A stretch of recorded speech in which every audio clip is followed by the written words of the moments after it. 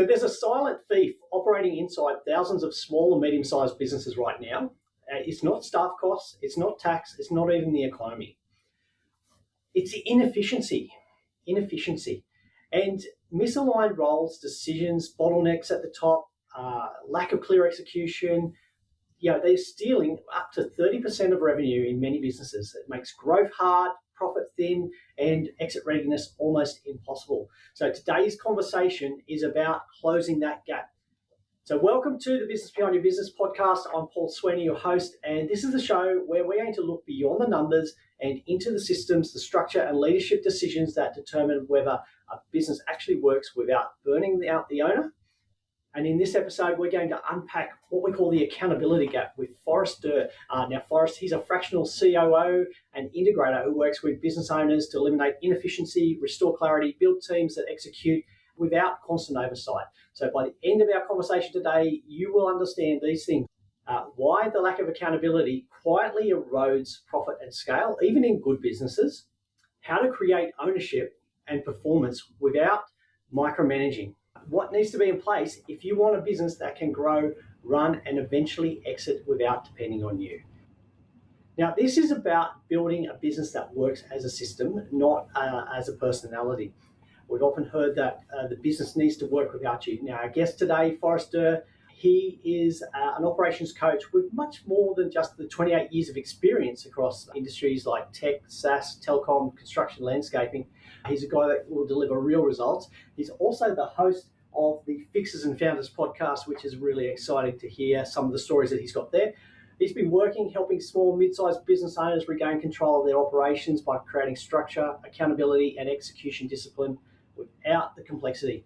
Like most of us, he's begun with a very hands-on role in retail, warehouse, rising through the levels to executive leadership, where he's led many finance, sales, and marketing teams. And today, he's sharing that knowledge, expertise, the practical systems, playbooks, and tools that remove bottlenecks, align your execution, and prepare your business for sustainable growth or eventual exit.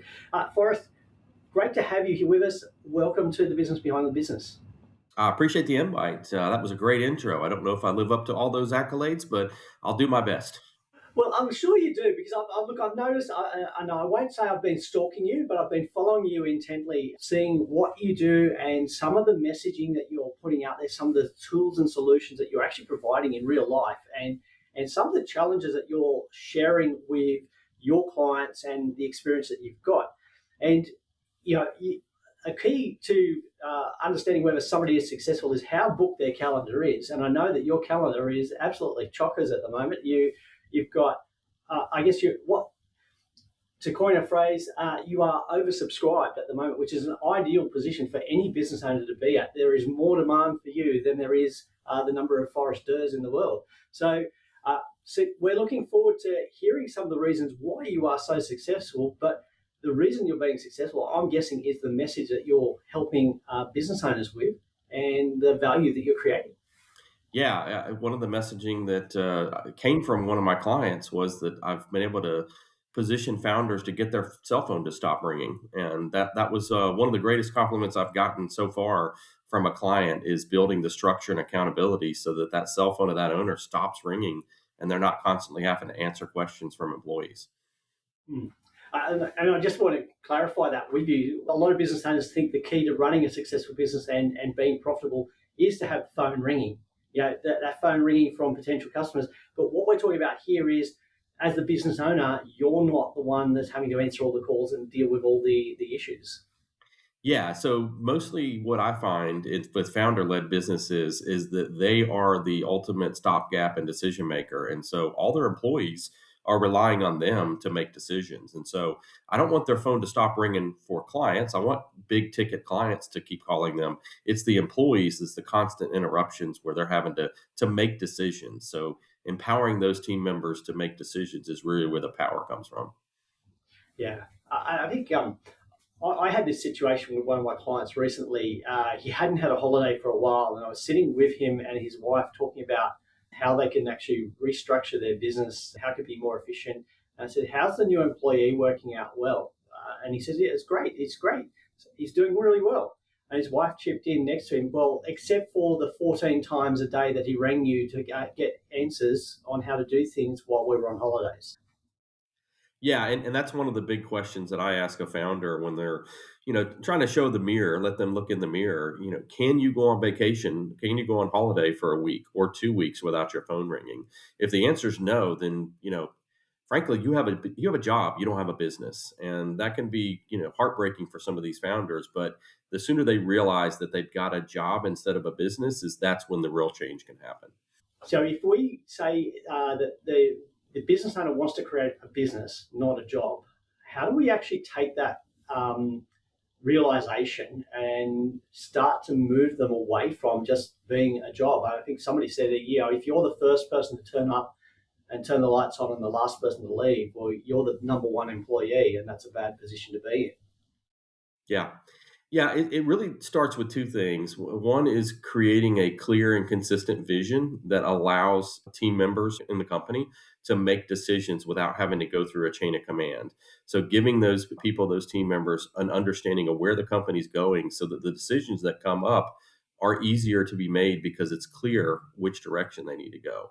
And then the second part of it is really the accountability, setting structure in place so that everybody knows what their role is, what are the 5 to 7 things that they're responsible for, and then giving them the power to make decisions within that responsibility matrix. Yeah, that's great. Can we I just want to unpack that a little bit more, because we're talking about accountability, and often we think accountability is that I have to answer for the actions. I have to give a detailed report of what I've done, um, and how I've actually met my goals. But I think the way you're talking about accountability, and what we're viewing as this accountability gap is so much more than just I guess, micromanaging a checklist of this is what I've done. Yeah, if you've truly built out accountability inside your organization, it's not micromanagement. People are measuring themselves. So part of the structure is to, again, what are the 5 to 7 responsibilities in that job description that each person is responsible for? And I find it inevitably when I ask people what's the job description for a certain role, they'll come back with a 3-page document with 27 bullet points on it. And I'm like, can they really understand that, and can they really be accountable for all those pieces of information? So what is the 20% of things that they do that create 80% of the results? If you can simplify it down and focus in on those things, then you can really create accountability to where people can self-manage. They don't have to have somebody leading over them. Somebody can obviously coach and guide them, but instead of micromanaging, the people can manage themselves. Yeah, that sort of brings back a horror story for me of having to create position descriptions for accountants. And I guess the standard at the time, or the industry way of looking at it, was you had to have a detailed description with ratings and metrics that they had to comply with. And when I looked at the position descriptions, they were often 12 to 15 pages. And I thought, well, how can Yeah. actually anybody meet that? I love the way that you've brought that back to really the simple things. What's the 20% that contributes 80% of the work? How do we actually go and simplify that understanding?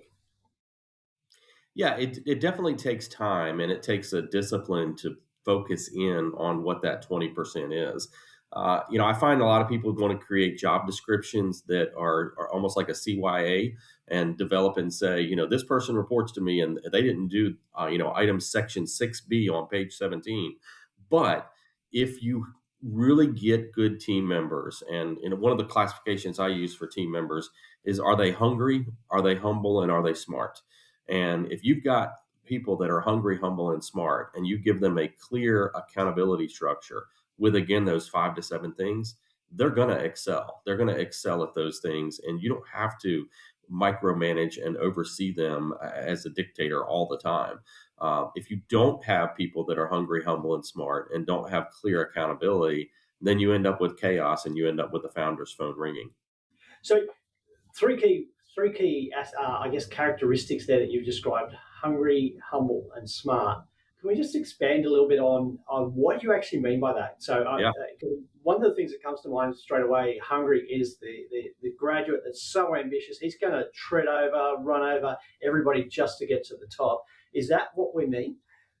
No, that's not. And there's a book called The Ideal Team Player by Patrick Lencioni. So I'm not going to take credit for coming up with Hungry, Humble, and Smart, but that book really does describe what the ideal player is.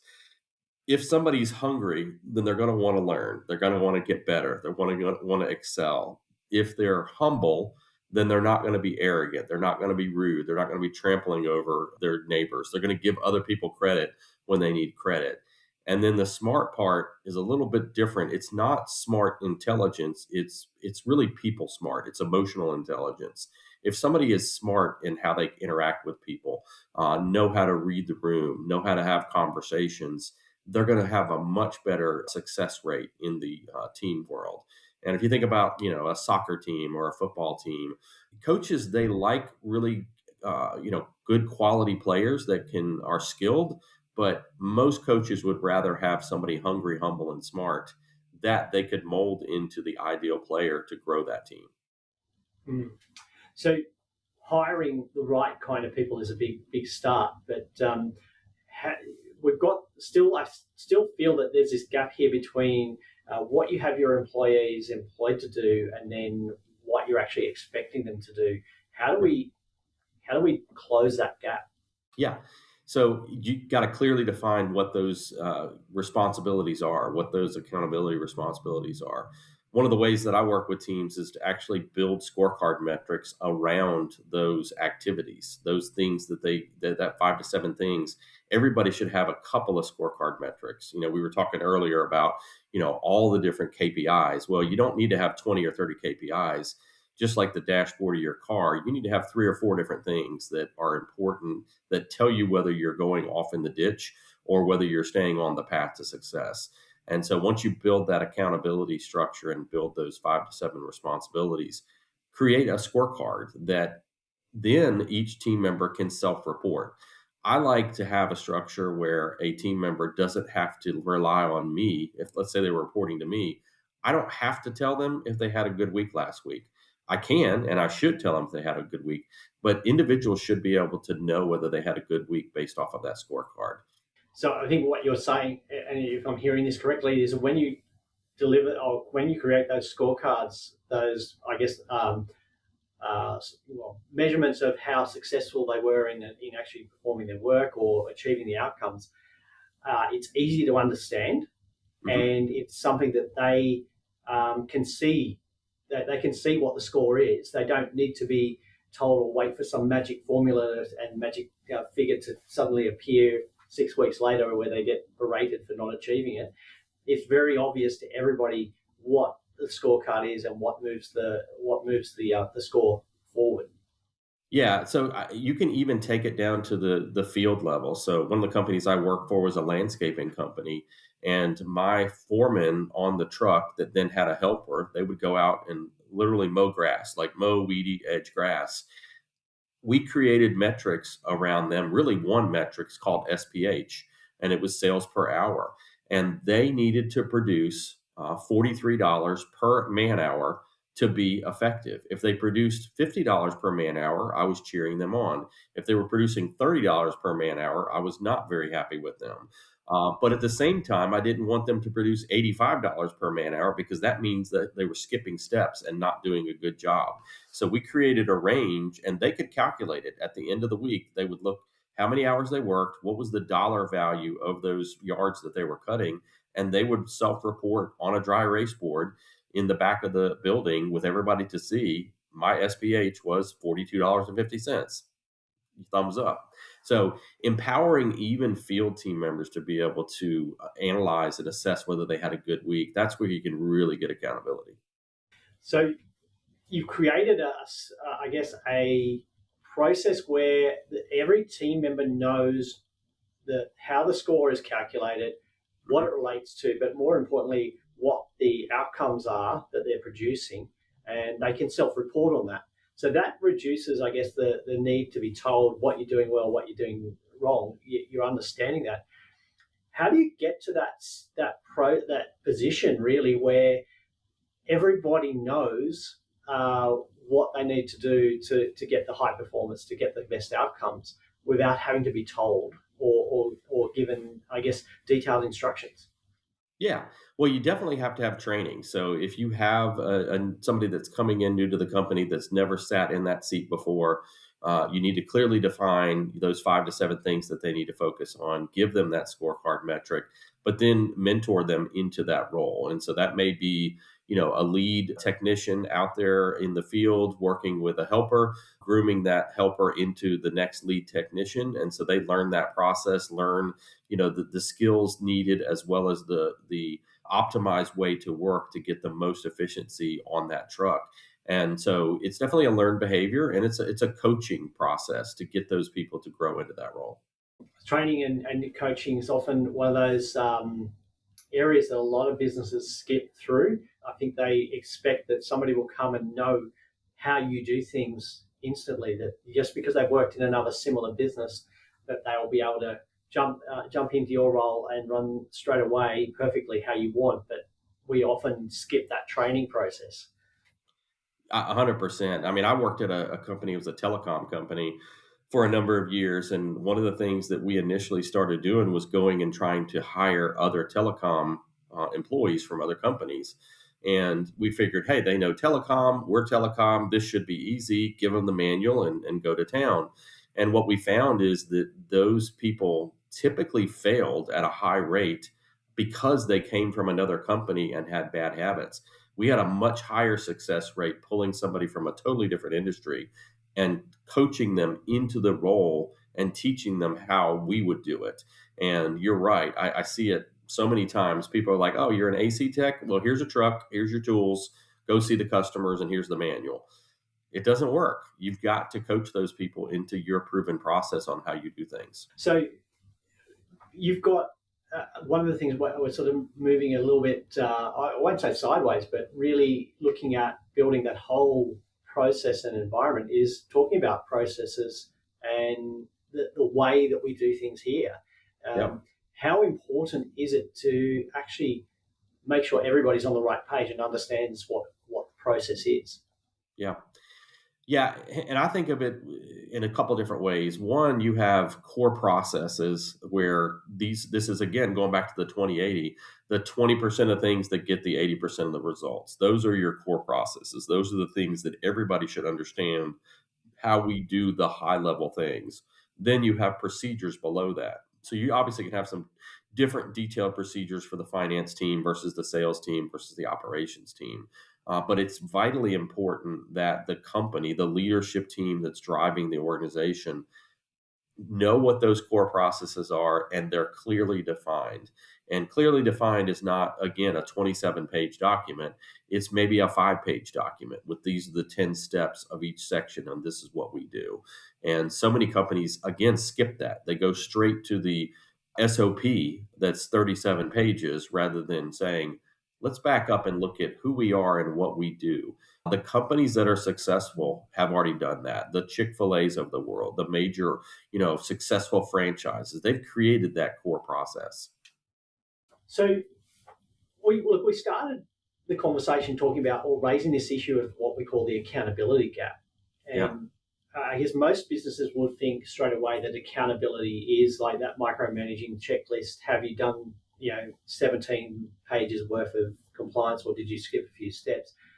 What you've described is a different way of accountability, and I would say self accountability by Hmm. building understanding of the core processes, Yep. the 20%, the extra having the extra standard operating procedures in place, so the SOPs, making sure that we don't skip the training, but understanding how the culture is, and then sorry, at no stage of that have we actually mentioned that and check every decision with the business owner.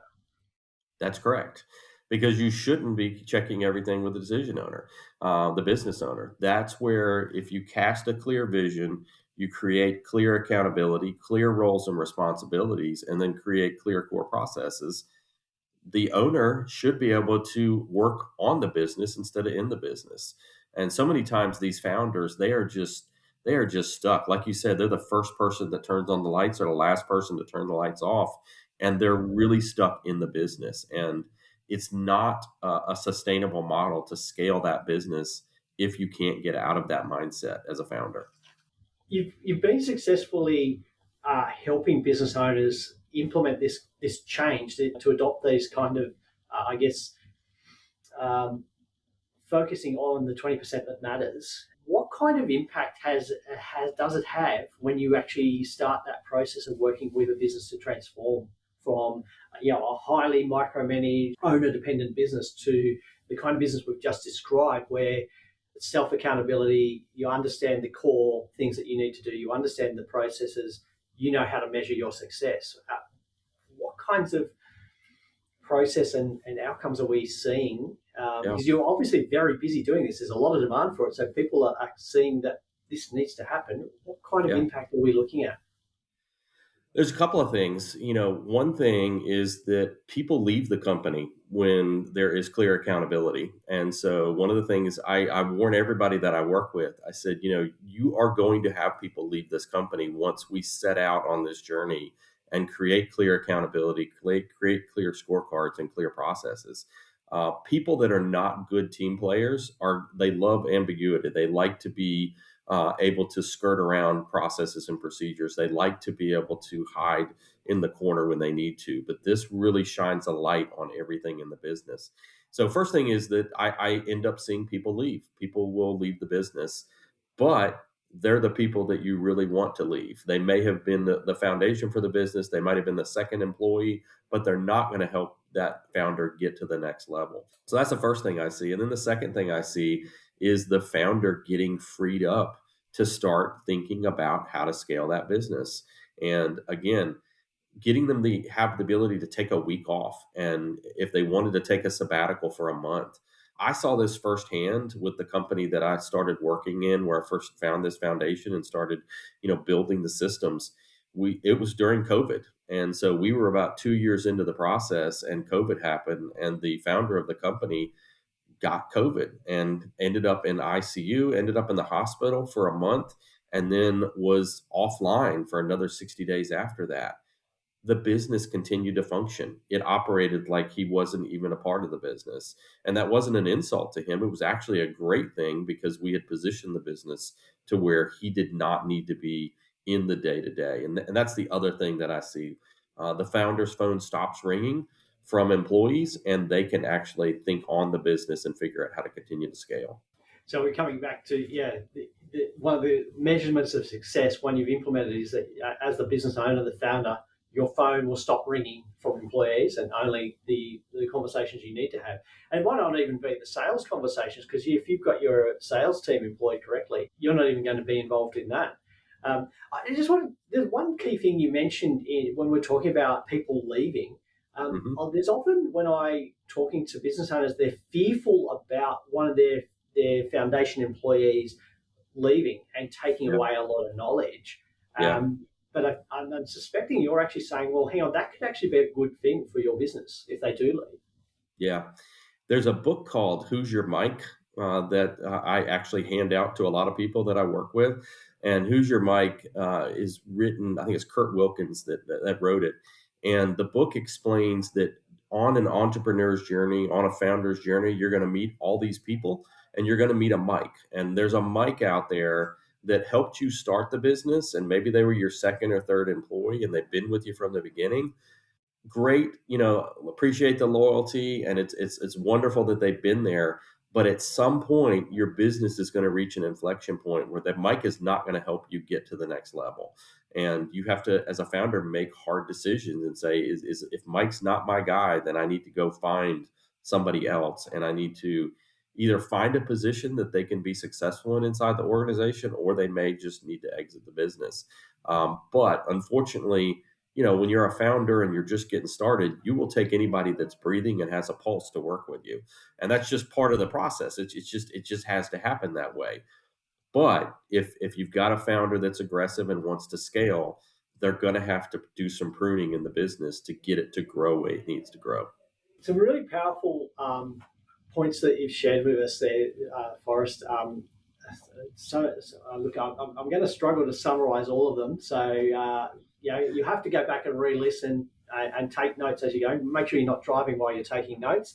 But there's some really key points there. And I think it's a really, if you're, as a business owner listening to this conversation, one of the things I really encourage people to do is put aside your preconceptions and your beliefs and listen to the points that Forrest has made, because there is a change that's necessary to move your business forward to that point where you have that freedom, where your phone doesn't ring, but you've got a successful, profitable, efficient business and growing. And that transition from, as you mentioned, Forrest, when you start, you take any employee with a pulse that can do the physical work for you, or the work that needs to be done, to actually designing the business that you want and moving forward. And you're going to have to replace and change the components, change some of the employees along the way. I guess that really unlocks a new way of thinking. And I guess as a stressed business owner, looking at your business where you're dealing with the phone calls, 24 hours a day, and that's what often happens for a small business owner. You've got to make that change and start thinking about, how can I empower my team? How can I give them that self-accountability that we've been talking about? And so that they know the core things that they need to do, and I'm not having to be there constantly answering questions, checking things, making sure things are happening. So I've been really excited by this conversation. I know it works because, as we mentioned at the beginning, Forrest, you are oversubscribed. You've got so much demand for your service. It also means to me that a lot of business owners are realizing that the traditional ways that we've been creating businesses are not working, and we need to make change. Forrest, I just want to touch on the podcast. You've got Fixers and Founders. Sorry. What kind of conversations can we hear if our listeners want to come in and come across and listen to the Fixers and Founders podcast? Yeah, the conversations on Fixers and Founders, we are interviewing founders of businesses that are scaling their businesses, but we're also interviewing the fixers.